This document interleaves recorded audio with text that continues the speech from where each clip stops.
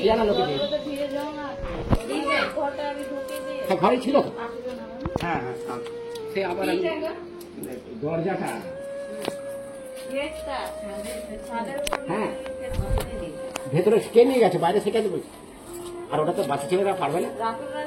প্রণাম করো, প্রণাম করো।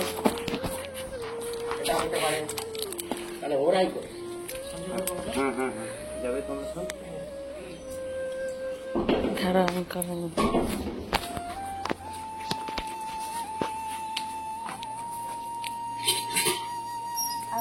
হ্যাঁ হ্যাঁ তুই যাবি না?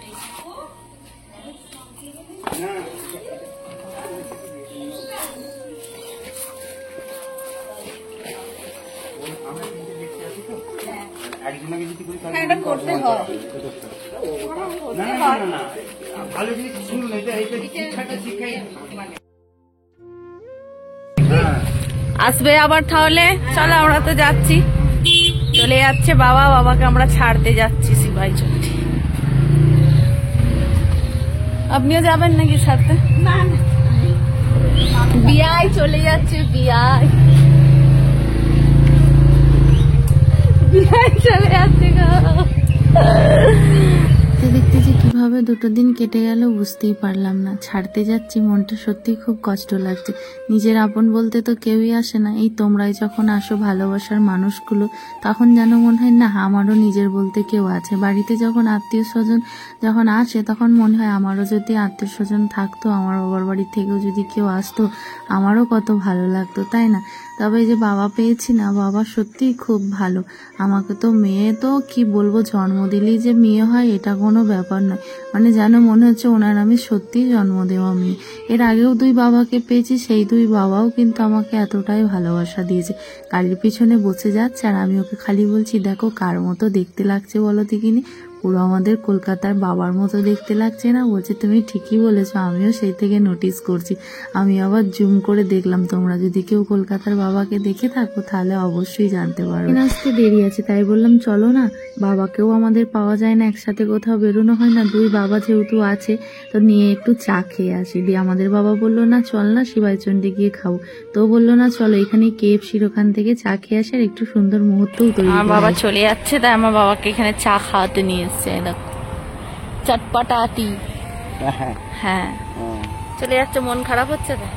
খারাপ হবে না, যেই আসে তারই মন খারাপ হয়ে যায়। কিন্তু বাবা মেয়ের সম্পর্কটা এমন একটা সম্পর্ক, সত্যি ছিল বেশ দুদিন টুকুর টুকুর, এটা বলছি ওটা বলছি, এখানে এলাম। আসবে না বলছিলাম, বলছি চলুন না এখানে। আমার বাবাকে বললাম, এবার যে না শিবাইচন্ডী গিয়ে চা খাবো। শিবাইচন্ডীটা এখানে একটু টাইমও কাটানো হবে, 1 ঘন্টা এখনো লেট আছে, টাইম আছে, 6:10-এ ট্রেন আছে, ওর জন্য এখানে আসা বেশ ভালো। রোডের ধারে একটু বসে ছবি তুলে দিই একটা, বলো কি ভালো হয়েছে, দুজনকারই গাড়ি আছে, ভালো হয়েছে দুজন। আর আমাদের কি কমেন্ট দেখো তুমি, কি আমাদের বাবাকে সবাই দেখতে পায় না, খালি বলে তোমার শ্বশুরটাকে দেখা যায় না কেন। আর শ্বশুর নিরিবিলি শান্ত মানুষ, ওই জন্য ওপরে বসে থাকে।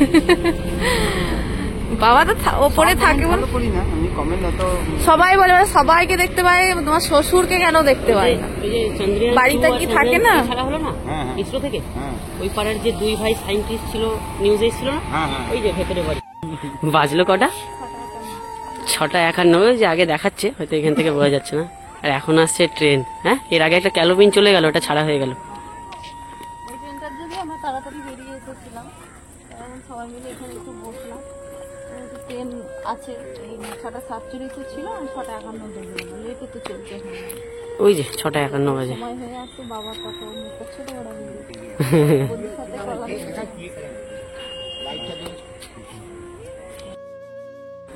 যাও তাহলে।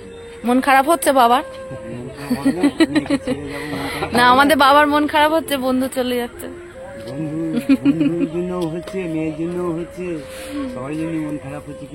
মন খারাপ তো সবার হয়। হ্যাঁ, ওই যে ট্রেন আসছে, সরে এসো সাইডে।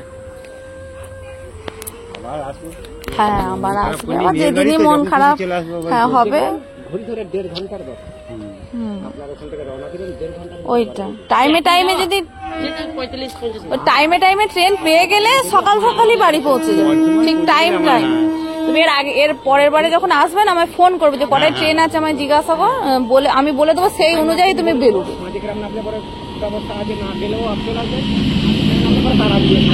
যখন সাথে ছিল অতটাও কিছু মনে হচ্ছিল না। যেই ট্রেনটা এসে গেছে, সত্যি কথা বলবো এখন আমি ভিডিওটা এডিট করছি তাই আমার চোখে জল চলে আসছে। এই মুহূর্তগুলো এমন একটা মুহূর্ত হয় না, ছেড়ে যেতে ইচ্ছা থাকে না কিন্তু মানুষকে ছেড়ে যেতে হয়। বাবা তো চোখ দিয়ে জল বেরিয়ে গেছে, চোখগুলো লাল হয়ে গেছে, তাড়াহুড়ো করে ট্রেনের মধ্যে উঠে পড়লো। আমার শ্বশুরমশাইও দেখছে খালি, আর বাবা ট্রেনে বসে আমাকে একভাবে দেখে যাচ্ছে। আমার সত্যি এতটা কষ্ট লাগছিল কি বলবো, বলে বোঝাতে পারবো না, মুখে প্রকাশ করতে পারবো না। ভগবান এই সমস্ত মানুষদের অনেক ভালো রাখুক, অনেক সুস্থ রাখুক, আমি এটাই বলবো। উনি আমায় চেনে না জানে না, আমাকে এতটা যে ভালোবাসা দিয়েছে, আমাকে এমন একটা জায়গায় উনি বসিয়েছে, সেটা আমি সত্যিই ভুলতে পারবো না। তবে বাবা তুমি ভালো থেকো, আবারও এসো সুস্থ থেকো।